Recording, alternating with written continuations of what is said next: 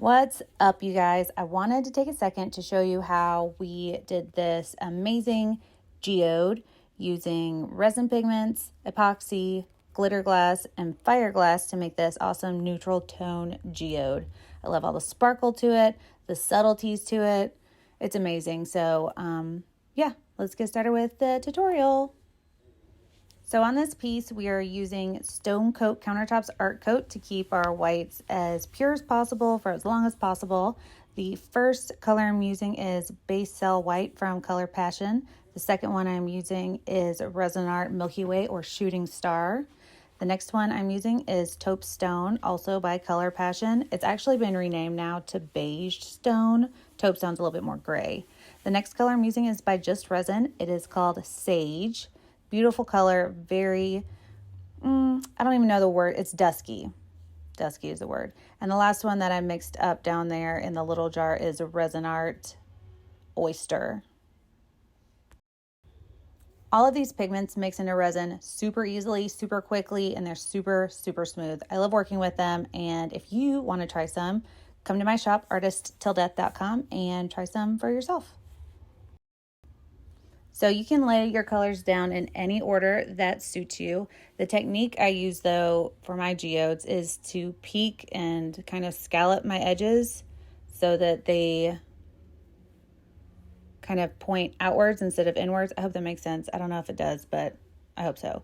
And I pour kind of thinner lines and make them fill in to the color next to them with my finger, because that way I keep the amount of epoxy on the surface less, which means my colors will move and shift less because there's less epoxy on the board, because resin likes to self-level at about an 1/8 inch depending on the kind of epoxy that you have. I also vary the thicknesses that I do my lines to look a little bit more natural as well. So my next step is adding thinner lines of color within my thicker bands of color, and that gives me a little bit more depth. And then I mixed a little bit of Brazilian green into my sage to give a kind of a deeper shadow. A little bit of variance in color is always great. I hit it with some heat, and then I move on to my next step, which is adding some fire glass in whatever area kind of speaks to you. This is 1/2 inch fire glass, but I'm also going to be adding in some 1 inch fire glass and then glitter glass on top of that a little bit later. Once you get your glass where you want it, you can move on to the next step. Where you put your glass is totally up to you. It's dealer's choice. But then after I get my glass down, I put a little bit of my Milky Way on top of it so that it kind of bonds and gives it a little bit more sparkle. I'm using Montana Silver and a little bit of resin to give a metallic line. And then I also will put some on my fire glass as well.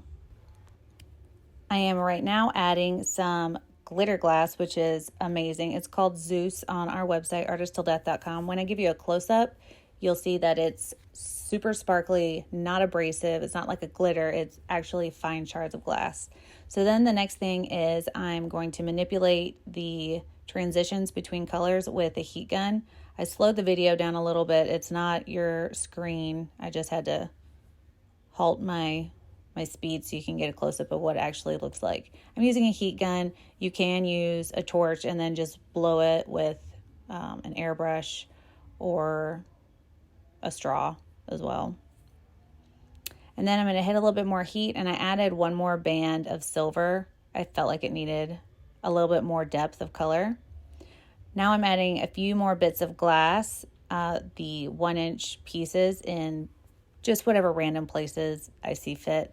I also did splatter some silver on the piece as well. You'll see some dots catch your eye a little bit. That's kind of just something I always like to do. It was an accident originally, and then I really liked it, so I kept on with it.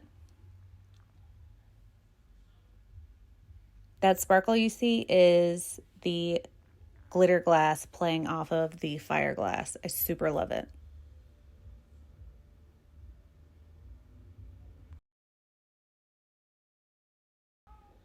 When the light hits that silver, it's so nice because parts of it sinks and parts of it floats. And so it gives a really nice dimension and tone.